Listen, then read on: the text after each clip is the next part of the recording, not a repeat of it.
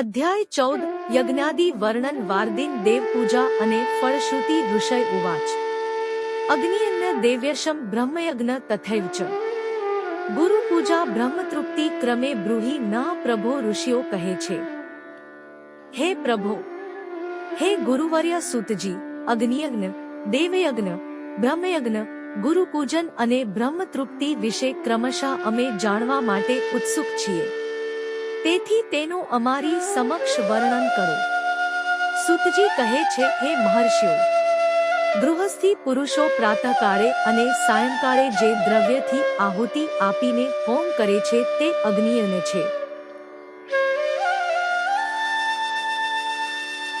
બ્રહ્મચર્ય આશ્રમમાં રહેનાર બ્રહ્મચારીઓએ સમિધો લાવી તે વડે અગ્નિહોમ કરવો જોઈએ. હે બ્રાહ્મણો, બ્રહ્મચર્યાશ્રમના દ્વિજો જ્યાં સુધી વિવાહ થાય કે ગૃહસ્થાશ્રમમાં પ્રવેશ કરે ત્યાં સુધી સમિધો આહુતિથી અગ્નિયજ્ઞ કરવો તથા વ્રતપાલન, વિશેષ પૂજન એમનું કર્તવ્ય બને છે.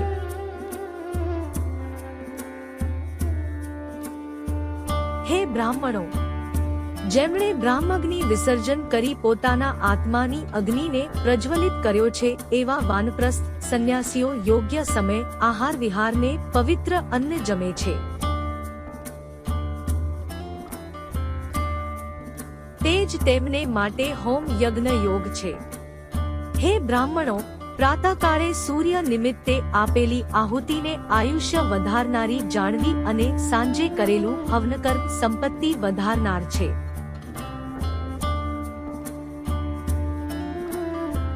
દિવસે સૂર્યની હાજરીથી ઉદ્દેશી કરેલ હોમ અગ્નિયજ્ઞ છે.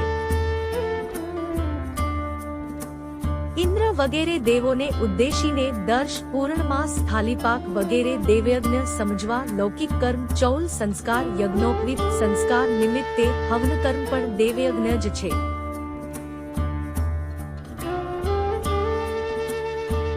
વેદોનું નિત્ય અધ્યયન સ્વાધ્યાય કરવો તે બ્રહ્મયજ્ઞ છે.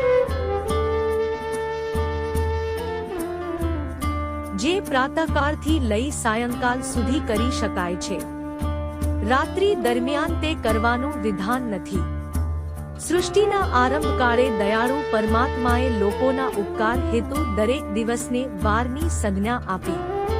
પ્રભુ મહાદેવ સંસારના વૈદ્ય સ્વરૂપ છે.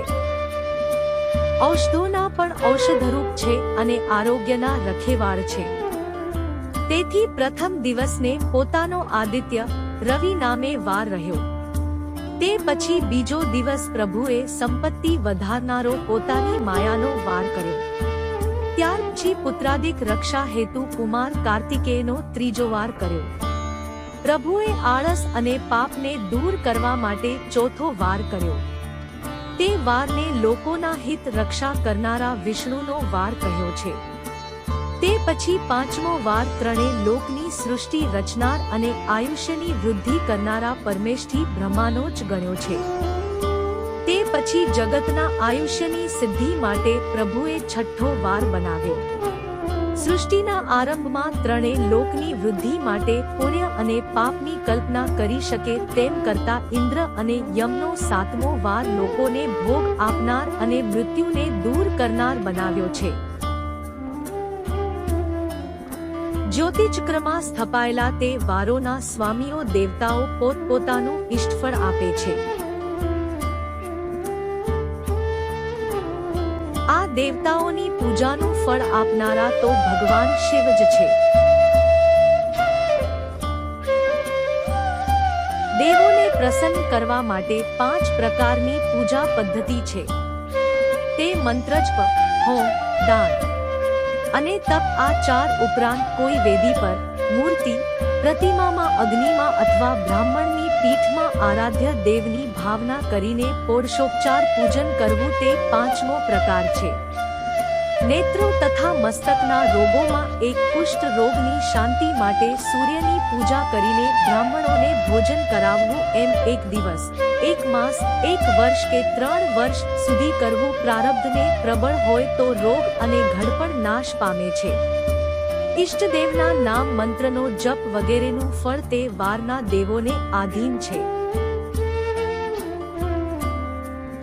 તેને વિદ્વાનોએ આ રીતે કહેલું છે: પહેલો રવિવાર પાપની શાંતિ કરે છે. તે દિવસે સૂર્યનું, દેવોનું અને બ્રાહ્મણોનું પૂજન વિશેષ ફળ આપે છે. સમજુ માણસે સોમવારે સંપત્તિ માટે લક્ષ્મી વગેરેનું પૂજન કરવું અને પત્નીઓ સહિત બ્રાહ્મણોને ઘીવાળા અન્નથી જમાડવા. મંગળવારે મહાકાલી દેવીનું પૂજન કરવું, તેથી રોગોની શાંતિ થાય છે. વળી અડદ, મગ, તુવેર સહિતના અન્નથી બ્રાહ્મણોને જમાડવા.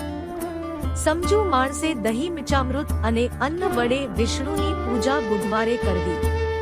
તેથી પુત્ર, મિત્ર અને સ્ત્રી વગેરેનું સર્વકાળે પોષણ થાય છે.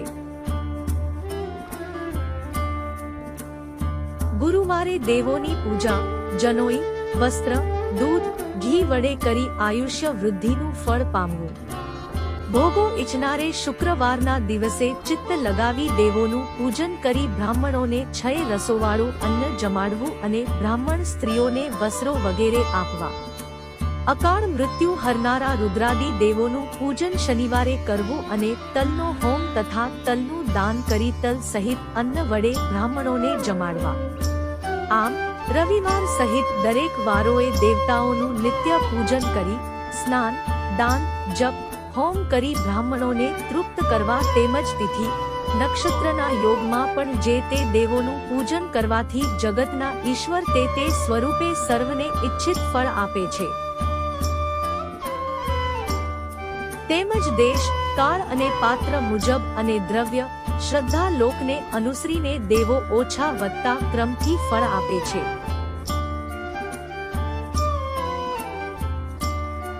ગૃહસ્થે ઘરમાં શુભ પ્રસંગના આરંભ પહેલા અને અશુભ પ્રસંગના અંતે તેમજ જન્મના નક્ષત્રના સમયે આરોગ્ય, સમૃદ્ધિ માટે સૂર્ય વગેરે ગ્રહોનું પૂજન કરવું તે સર્વ ઈચ્છિત ફળ આપનાર થાય છે. બ્રાહ્મણોએ તે પૂજન મંત્ર સાથે કરવું અને બીજાઓએ તાંત્રિક પૂજન કરવું. શુભ ફળ ઈચ્છતા મનુષ્યોએ રસાતેવાર શક્તિ પ્રમાણે હંમેશા દેવતાઓનું પૂજન કરવું. ધનવાને ધન વડે અને દરિદ્રે તપ વડે દેવતાઓનું પૂજન કરવું. એ પ્રમાણે શ્રદ્ધા સાથે જે કર્મ કરે છે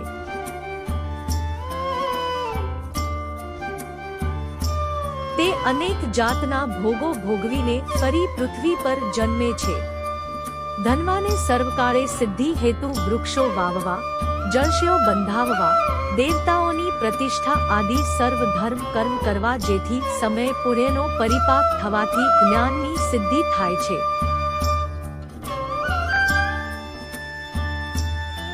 હે બ્રાહ્મણો, જે માણસ આ અધ્યાયને સાંભળે છે, સંભળાવે છે અને ભણે છે તે સર્વકાળે દેવયજ્ઞનું ફળ પામે છે. એમાં સંશય ન કરવો. ય ઇમં શૃણુ તે અધ્યાયમ પઠતે વા નરો દ્વિજા શ્રવણસ્યોપકર્તા ચ દેવયજ્ઞફલં લભેત.